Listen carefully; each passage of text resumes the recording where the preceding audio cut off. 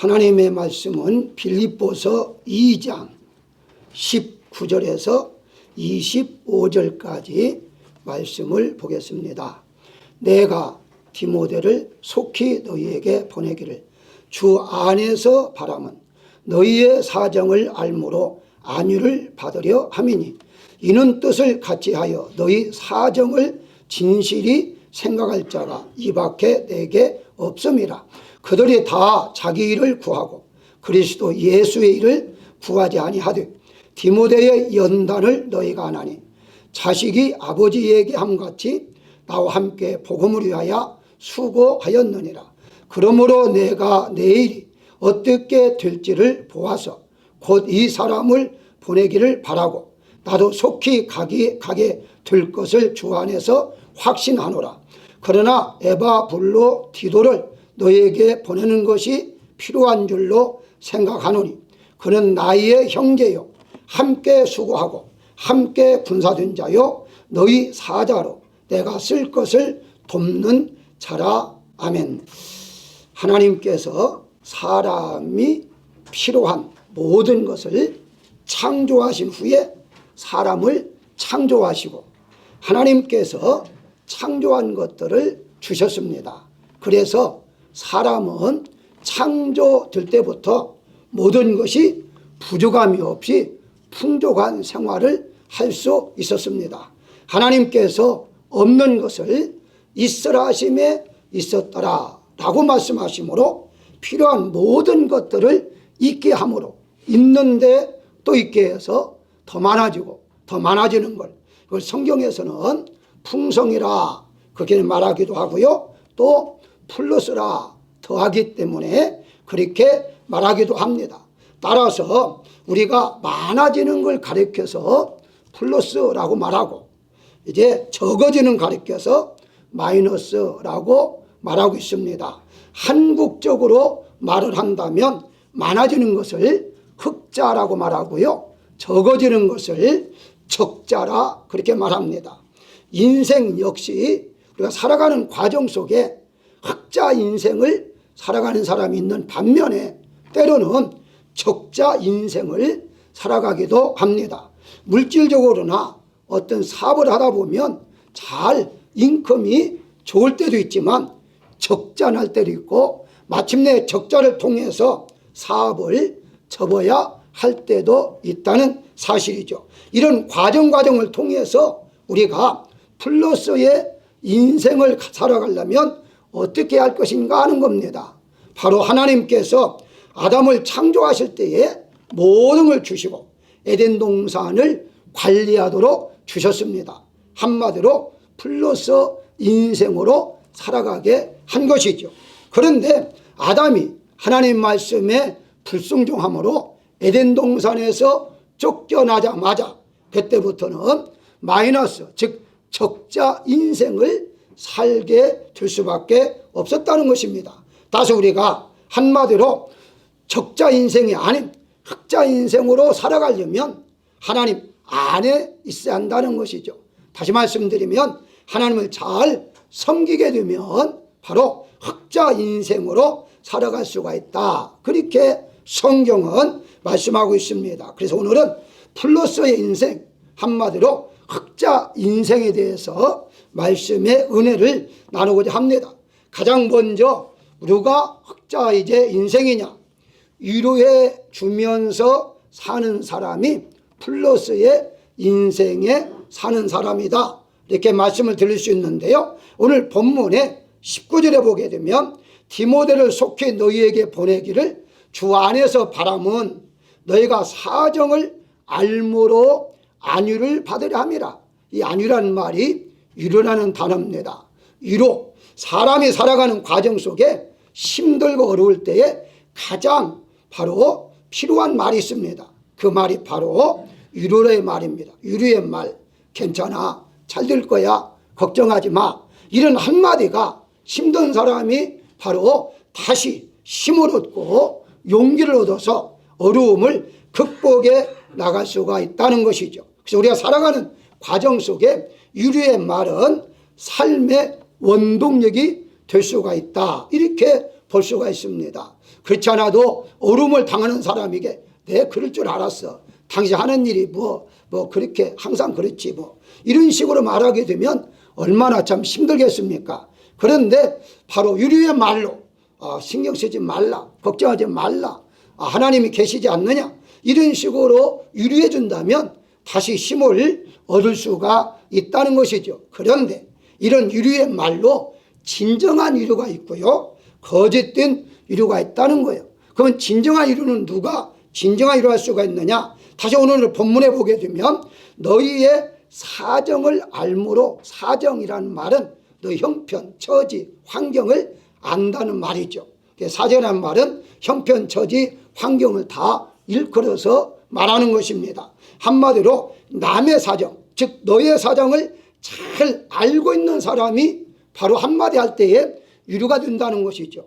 아무것도 모르면서 위로를 한다는 것은요, 진정한 위로가 될 수가 없습니다. 예를 한번 들어볼까요? 욥이 얼마나 어려움을 당했습니까? 그렇게 존경받고 부자로 편안하게 자녀도 많이 그렇게 살았는데 하루아침 어려움을 당합니다. 그때 가장 거기에 가깝게 위로해 줄 사람이 누구였습니까? 아내였잖아요. 그런데 욥기서 2장 9절에 보게 되면 아내가 어떻게 말합니까? 욥에게 하나님을 욕하고 죽어라 라고 말을 해요. 이 욕이란 말은 저주하고 죽어라, 원문에는 그렇게 말하고 있습니다. 어떤 분은요 욕하고 죽으라 하지 않았다 라고 말하는데요, 이 1장에 보게 되면 이 사단이 바로 욥에게 어려움을 끼치게 되면 저주할 것입니다. 하나님을 저주할 것이라는 단어와 욕하고 죽으라는 단어가 같은 단어예요. 다시 말씀드리면 하나님 이제 저주하고 너도 죽어라, 그런 하나님이 어디 있느냐 이렇게 말을 하셨죠. 한마디로 위로의 말이 전혀 하지 않았다는 것입니다. 그런데 바로 옆에 있는 이웃들도 자기가 잘 살 때에는 존경합니다, 사랑합니다 이런 자들이 다 유명합니다. 도리어 이제 지나가면서 저주하기까지도 합니다. 그렇기 때문에 전혀 위로받지 못하는 형편에 있었어요. 그때에 자기가 가깝게 지낸 친구 3명이 옵니다. 친구 3명들이 왜 왔습니까? 욥이 어려움 당했다고 해서 위로차 왔어요. 와서 위로해 줬는데요, 첫 번째 엘리바스라는 사람의 친구가 자신의 인생의 경험을 이렇게 말하면서 욥에게 이런 경험을 통해서 말을 하면서 그러면서 하는 말이 어떤 말합니까? 불행은 죄값으로 오는 것이다. 한마디 이런 어려움은 죄 때문에 오는 거야. 그러니까 욥이 죄를 범했기 때문에 망한 것이라 하면서 욥을 범죄자로 생각하면서 말합니다. 자기는 위로해 준다고 말을 했는데 욥 입장에서는 어느 날 갑자기 범죄자가 돼버리는 것이죠. 두 번째 빌단이라는 친구가 10명의 자녀가 어떻게 하루아침에 죽겠느냐, 그것은 바로 죄를 범했기 때문에 하나님께서 한꺼번에 죽은 거다. 한마디로 죄값에 의한 거다 라고 말하고 있습니다. 마지막에 이제 소발이라는 친구 역시 이렇게 말합니다. 왜 네가 말이 많느냐, 그게 말마다 이제 욥이 아니다고 변명하고 대꾸하니까 왜 말이 많아, 망했으면 겸손할 줄 알아야지 이런 식으로 말하면서 어떻게 말합니까? 성경에 보니까 너 무식해까지 합니다. 무식하다, 또 하나님 잘 모르고 있다, 하나님이 하신 일인데 왜 네가 무식하게 말하느냐 이렇게 말합니다. 그러면 하는 말이 너 그만해, 회개해야 해, 이런 식으로 말합니다. 그런데 왜 이들이 이렇게 말했을까요? 그건 구약적인 성경의 기초에서 말한 거예요. 구약적인 성경은 어떻게 말합니까? 잘 안 되는 것은 모두가 다 저주를 받은 것이고, 저주받은 것은 하나님을 잘 섬기지 못했기 때문에, 죄를 범했기 때문에 라고 믿었기 때문이에요. 그러니까 이들은 성경적으로 유료한 거예요. 성경적으로 한마디로 상담한 겁니다. 그런데 이 욥 입장에서는요 전혀 유료가 되지 않았어요. 이들은 정당하고요 확실하게 성경적으로 유료해 준다고 했지만 욥 입장에서는 전혀 유료가 되지 않았어요. 왜 그럴까요? 그게 바로 오늘 본문 19절에 나온 대로 욥의 사정을 몰랐던 거예요. 욥의 사정을 정확하게 몰랐어요. 보이는 형편, 보이는 처지만 보고 말을 했지 왜 이런 일을 일어났는가? 하나님께서 하셨다는 것을 몰랐던 거예요. 하나님의 뜻을 몰랐기 때문에 진정한 위로를 할 수가 없었던 것이죠. 그래서 욥이 이런 고백까지 합니다. 욥기서 6장 25절에 보게 되면 옳은 말이, 그러니까 친구들이 옳은 말 했잖아요. 옳은 말이 어찌 그리 고통스러운고. 너희는 나에게 옳은 말을 해주는데 나는 마음이 아파. 너무 힘들어. 지금 그 말 아닙니까? 예를 들어 똑같아요. 자기가 잘못해서 사업이 망했다고 가정하십시다. 그래서 당신이 잘못해서 망한 거 아니야? 말은 말이에요. 맞는 말인데도 이 고통을 받는 사람 입장에서는 이제 아픈 데도 찔리는 거죠. 그렇다 할지라도 자기가 잘못했다 할지라도 이제 괜찮아, 걱정하지 마, 이렇게 말을 해줘야 하는데 그럴 줄 알았어, 언제든지 망할 줄 알았다니까, 이런 식으로 말해버리면 얼마나 더 마음이 아프겠어요.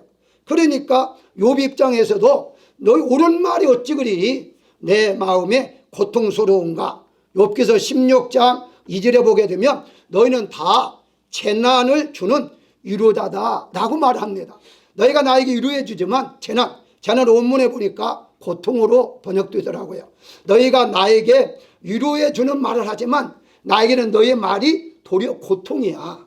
내가 정말 어렵고 하나님 앞에 예비를 드리지 않고 또 신앙생활을 않고 그래서 이렇게 고통을 받는 것이 아닌데도 불구하고 너희는 그런 줄 알고 말하잖아. 이렇게 지금 말하고 있는 것을 볼 수가 있습니다. 그렇습니다. 진정으로 위로자가 되려면 어떻게 하느냐? 하나님의 뜻을 알아야 한다는 것입니다. 우리의 주변에도요, 정말 믿음생활 잘하고 있는데 어려움만 받는 분들이 있어요. 참 힘들게 사는 분들이 있어요. 그런 분들을 통해서 우리가 어떻게 위로해 주겠습니까? 당신 믿음생활 잘못해서 이런 어려움을 당하잖아. 당신 믿음이 약하니까 그렇잖아. 이런 식으로 말할 겁니까? 말할 수가 없지요. 하나님의 뜻이 어디 있는지를 우리는 모르기 때문에 바로 함부로 우리가 말할 수가 없는데, 프로스 인생, 바로 흑자의 인생을 사는 사람들은 그 사람의 보이는 환경만 가지고 말하는 것이 아니라 진정한 하나님의 뜻을 통해서 그들에게 위로의 말을 할 줄 아는 사람이 된다는 사실입니다. 사랑하는 여러분들은요, 주변에 어려움이 겪고 있는 분들이 있다면요, 진정한 위로자가 되시기를 주의 이름으로 축원합니다. 두 번째는요, 유익을 주면서 사는 사람이 플러스 인생을 사는 사람입니다. 21절에 보게 되면요, 디모데의 연단을 너희가 안 하니 나와 함께 복음을 위하여 수고하였느니라 라고 말을 해요. 대부분의 사람들은요, 자신을 위해서 살기 때문에 자기를 위해서 일하고 기도합니다. 본문에 어떻게 말을 해요? 그들은 다 자기 일을 구하고 하나님의 일을 구하지 아니한다 라고 말하잖아요. 이게 맞아요. 일반적이에요. 일반적은 자기가 잘 살기 위해서 열심히 일하고 또 하나님 앞에 기도도 하고 내가 부자 되게 해주세요, 건강해 주세요, 맞는 말이죠. 그렇지만 우리 믿는 사람들은요, 또 한 가지가 있죠. 어떤 일이 있습니다. 영적인 일이 있잖아요. 영적인 일은 무엇입니까? 믿음의 일이잖아요. 믿음의 생활의 일을 우리는 동시에 해 나가야 하는데, 내가 먹고 사는 문제만 가지고 우리가 살아가는 것이 아니라 바로 주의 일, 하나님의 일을 위해서도 우리가 구하고 일을 해야 한다고 말씀하고 있습니다. 그래서 바울은 이 디모데를 통해서 이 많은 어려움, 연단이나 어려움을 당하고 있다는 것이거든요. 어려움을 당하고 있는 거 알지 않느냐. 그럼에도 불구하고 하나님의 일을 위해서 나와 함께 이렇게 복음을 증거한 일에 동참하고 있다라고 말하고 있어요. 그래서 자기 위해서 일하는 것이 아니라 다른 사람 유익을 위해서 일하고 있다라고 소개하고 있죠. 그 한 명을 또 소개하잖아요.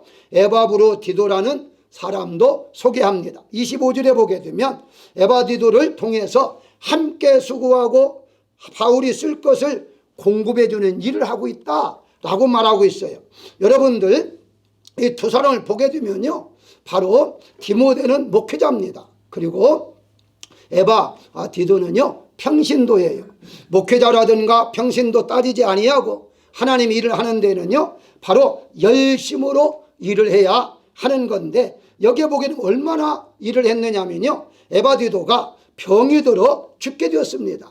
27절에 보게 되면 하나님께 그를 불쌍히 여겨서 치료해 주셨습니다. 그런데 병든 이유가 있었어요. 그냥 나이가 들어서 병든 게 아니라 어떻게 병들었느냐, 30절에 보게 되면 그리스도의 일을 위하여, 그러니까 교회의 일을 위하여 죽게 이르도록, 죽을 지경에 이르렀어도 자기 목숨을 돌보지 아니하고 주의를 했다라고 바울이 말하고 있어요. 그러니까 바울은 그렇게까지 무리하지 말아라, 그렇게 하지 말아라 함에도 불구하고 자기가 병들어 죽게 되었는데도 자기는 돌보지 아니하고 오직 하나님의 일을 위해서 열심히 했다는 거예요. 그리고 그걸 보고서 하나님께서 정말 불쌍하구나, 너 같은 사람은 내가 치료해 주지면 안 되지, 나를 이렇게 일했는데 내가 더 병들지 않게 하겠다. 그래서 죽게 되는 이 에바디도를 예수님 하나님께서 치료하셔서 건강했다는 거예요. 그래서 이제 말로만 하면은 못 믿게 되니까 내가 먼저 보내겠다. 그래서 디도의 건강한 몸을 보고 함께 하나님 앞에 영광을 돌리자, 그러면서 바로 디도를 디모데보다도 먼저 지금 보내는 내용이 오늘의 본문 말씀을 볼 수가 있습니다. 그렇습니다. 우리가 내가 살아가는 일도 열심히 해야 됩니다. 틀림없습니다. 세상에 살아가려면요, 열심히 하지 않으면 살 수가 없어요. 그런데 여러분들은요, 예수님 믿잖아요. 하나님 믿잖아요. 그렇다면 하나님의 일도 동시에 열심을 하시는 여러분들이 되시기를 바랍니다. 왜냐하면 우리는 하나님의 자녀잖아요. 하나님을 믿는 사람들이잖아요. 그렇다면 하나님의 일도 우리가 열심히 해야 한다는 거예요. 한국에 복음이 처음 들어왔을 때에 얼마나 많이 한국 사람들이 성장했습니까? 성장 이유가 딴 게 아니에요. 성장 이유가요, 선교사를 들어와서 복음을 증거할 때에 은혜를 받고서 열심히 교회를 이렇게 위해서 일한 사람들이었습니다. 그래서 우리 한국이 그만큼 성장했죠.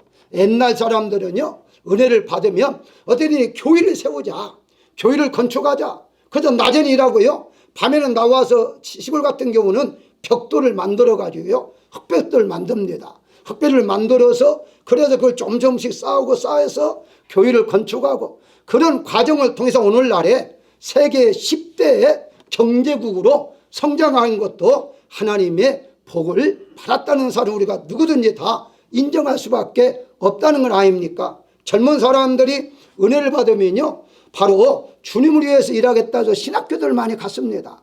근데 오늘날 보십시오. 어떻습니까? 우리 자신들을 바라볼 때에 얼마나 주님을 위해 헌신합니까? 정말 하나님을 위해서 이만한 헌신이 없다 보니까 오늘날의 한국이나 미국이나 점점 교회가 약해지고 있습니다. 신학생들이 없어서 신학교가 문 닫고 있어요. 그 정도로 지금 충성을 볼 수가 없는 거죠. 왜 그럴까요? 자기 살기 위해서만 열심히 하지 하나님을 위해서 이 디도처럼 열심히 있는 사람들이 적어지고 있다 보니까 이런 바로 형편이 되어지고 있다는 사실이에요. 왜 제가 이런 말씀을 드리냐면요, 하나님을 위해서 일하시잖아요. 하나님이 디도처럼 바로 하나님께서 갚아주십니다. 절대 하나님은요 잊지 않았어요. 왜냐하면 하나님을 위해서 일하시는데 왜 하나님이 그것을 잃어버리겠습니까? 하나님께서 여러분들과 함께 하실 때만이 진정한 우리가 승리자가 될 수가 있는데요, 그렇습니다. 하나님을 위해서 일하는 사람은요, 무익한 자가 유익한 자로 바꿔줄 수 있다는 거예요. 가난한 자가 부유한 자로 바꿀 수가 있어요. 왜냐하면 하나님이 하시기 때문입니다. 빌레몬서 1장 11절에 보게 되면요, 빌레몬에게 바울이 편지 내용이 나와요. 거기에 보게 되면은 바로 오네시모를 보내면서, 오네시모가 전에는 그가 내게 무익했으나 이제는 나와 내게는 유익한 자다라고 보내고 있습니다. 무슨 말입니까? 예수 믿기 전에는 그가 무익한 사람이었다, 너에게 손해를 끼치는 사람이었지만 이제는 예수님 믿고 완전히 달라졌다, 이제는 많은 사람들에게 유익을 주는 사람으로 바꿔졌다라고 말하고 있습니다. 하나님께서는요 우리에게 재능을 주십니다. 능력을 주십니다. 하나님 가지고 있는 모든 걸 주세요. 왜냐하면 그걸 통해서 유익을 나눠주는 자, 유익된 사람이 되라고 그렇게 하는 겁니다. 그래서 성경에서도 계속 하시는 말씀이 있잖아요. 나눠주고 도와주고 꾸어주고 베푸는 사람 누가 해주시냐? 하나님이 하신다는 거예요. 그러니까 하나님이 하시게 할 때만이 가능하지, 나의 노력도 필요합니다만은 그건 한계가 있다는 사실을 우리가 알아야 할 것입니다. 그래서 우리가 유명한 사람도 되려고 노력했지만 유명한 사람이 모두가 다 유익된 사람은 아닙니다.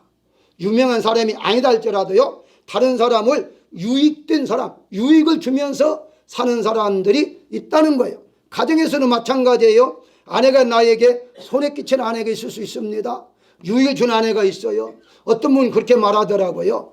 제발 이제 아내를 얻을 때에 손해만 끼치지 않는 아내를 주시면 좋겠다. 왜냐하면 요즘 너무나 이 남자도 마찬가지 여자도 마찬가지입니다만은 함께 살면서 손해를 끼치고 어려움을 안겨주는 사람들이 얼마나 많이 있어요. 만약 예를 들어서 예화를 드리겠습니다만은 아내나 남편이 이제 그 도박에 빠졌다고 가정하십시다. 그러면 도박에 빠지면요, 본인도 힘들겠지만 그 가정이 얼마나 힘들겠어요. 그러니까 그 사람은요, 손해를 끼친 사람이에요. 그렇기 때문에 우리가 하나님 앞에 정말 믿음으로 살게 되면 하나님이 우리를 유익을 주는 사람, 손해를 끼치는 사람이 아니라 유익을 주면서 사는 사람으로 바꿔준다는 사실을 우리가 믿어야 할 것입니다. 그 다음에 세 번째가 25절에 보게 되면 너희에게 필요한 줄로 생각하노니 라는 말씀이 있습니다. 필요한 사람이 플러스 인생을 산다라고 말씀을 드릴 수 있는데요, 우리는요 모두가 다 필요한 사람으로 살아가면 됩니다. 여러분, 우리가 살아가는 과정 속에 물건도요, 필요한 물건이 아니면 쓰레기입니다. 버려요. 그건 쓰레기통으로 버릴 수밖에 없어요. 왜? 필요치 않으니까. 그런데요, 필요한 것은요, 못 하나라도 나중에, 지금은 필요치 않은데 나중에라도 필요가 있다면 안 버리고 놓아둡니다. 필요한 물건은요, 버리지 않아요.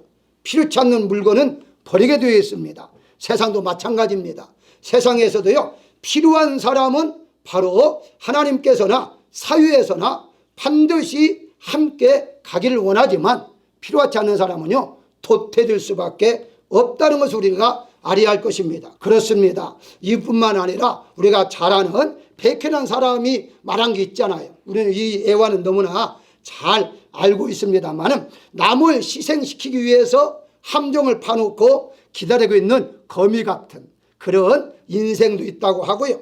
또 부진하여 근면에서 살긴 하지만 남에게는 피해를 주지 않고 사는 개미 같은 사람, 자기만 위해서 사는 사람이 있다고 그러잖아요. 그런데 남도 유익이고 자기도 유익된 바로 꿀벌 같은 사람도 있다라고 소개하고 있어요. 그런데 이런 사람들만 말한 게 아니라요, 예수님께서도 말씀하셨어요. 아니, 성경에 그런 말씀이 어디 있느냐라고 말씀을 하겠습니다만 누가복음 10장에 보게 되면요, 누가복음 10장 37절에서 예수님이 모인 사람들에게, 제자들에게 이렇게 말합니다. 내 생각에는 이 세 사람 중에 누가 강도 만난 자의 이웃이 되겠느냐 하면서 세 사람을 소개를 해요. 근데 그 첫 번째 우리가 잘 아는 대로 첫 번째 누굽니까? 강도를 말했죠. 세 사람 중에 남의 것을 빼앗기 위해서 폭력으로 살아가는 사람, 살인까지 하는 강도 같은 사람이 있다는 거예요. 이 사람은 절대 세상에 있어서는 안 될 사람이다 라고 말씀하고 있고요. 두 번째는 남에게 유익도 주지 않고 바로 손해도 주지 아니하는 내윈도 지나갔잖아요. 또 제사장도 지나갔잖아요. 이런 사람은 있으나 마나 하는 사람이라고 말하고요. 그 다음에 세 번째가 누구였습니까? 바로 이렇게 지나가다가 보고서 치료해 주는 사마리아인처럼 남을 위해서 바로 그렇게 일한 정말 필요한 사람, 그 사마리아 사람 같은 사람이 꼭 세상에 필요한 사람이다 라고 말씀하고 있죠. 예수님께서도 이와 같이 필요 없는 사람, 있으나 마나한 사람, 반드시 필요한 사람이 누구냐? 바로 이렇게 남을 위해서 희생할 줄 아는 사람이 필요한 사람이다 라고 말하고 있습니다. 그렇습니다. 사랑하는 여러분들, 오늘 본문의 25절에 에바불로 디도라는 사람은 너희에게 필요한 줄로 생각해서 내가 보내겠다. 이 사람은 너희에게 꼭 필요한 사람이다 라고 하면서 먼저 이 사람을 보내고 있는 것을 볼 수가 있습니다. 그렇습니다. 우리는 가정에서도요 꼭 필요한 사람이 되어야 됩니다. 필요치 않으면요 이제 젊었을 때는 괜찮은데요 나이가 들면요 홀대받아요. 홀대받아 가지고 밥을 먹을 때에도 눈치 보고 먹어야 하고요.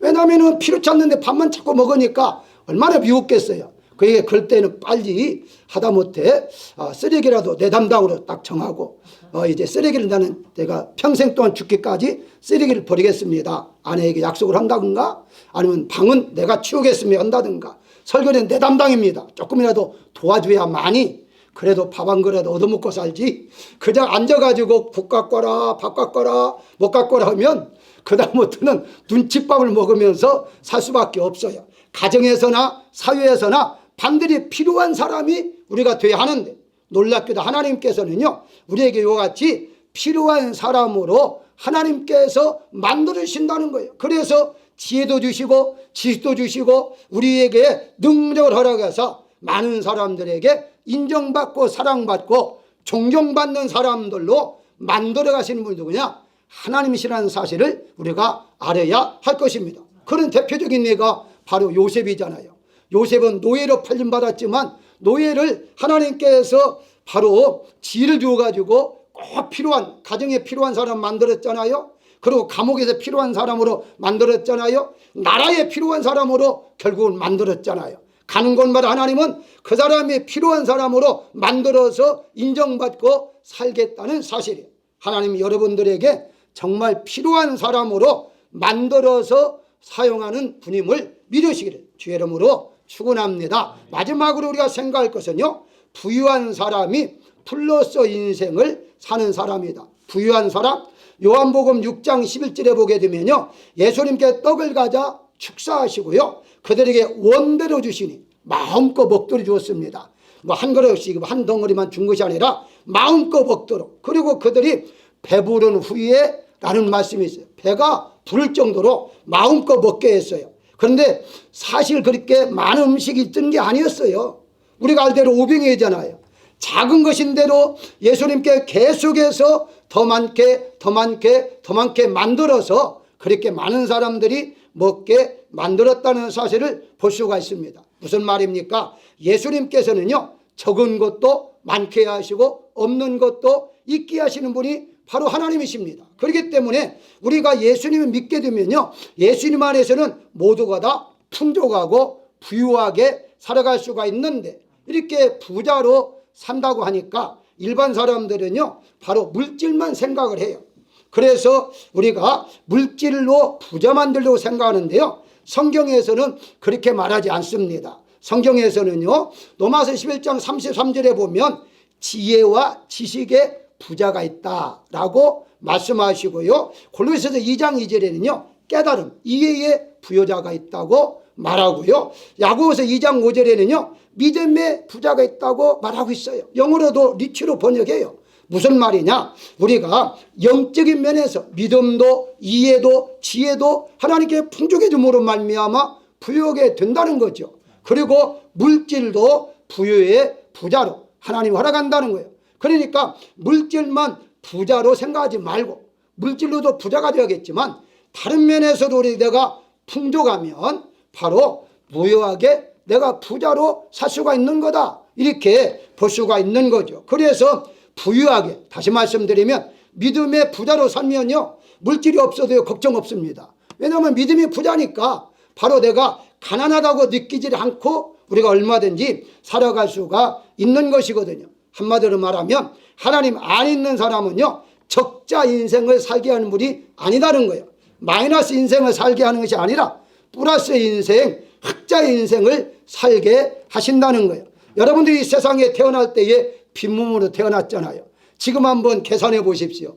바로 세월이 가면 가서 더 많아지잖아요. 그 많아지는 거 옷도 많아지고 모든 게 다 많아지잖아요. 그게 바로 흑자 인생인데 그것뿐만 아니라 모든 면에서 우리가 흑자의 인생을 살도록 하신 분이 바로 하나님이시다라는 것을 우리가 알아야 한다는 것이죠. 요한복음 10장 10절에 보게 되면요, 도적이 오는 것은 도둑질하고 죽이고 멸망시키라는 것이다. 마귀는 가까이 오는 것은 우리를 죽이기 위해서, 고통을 주기 위해서 오는 거다. 그런데 이어서 어떻게 말합니까?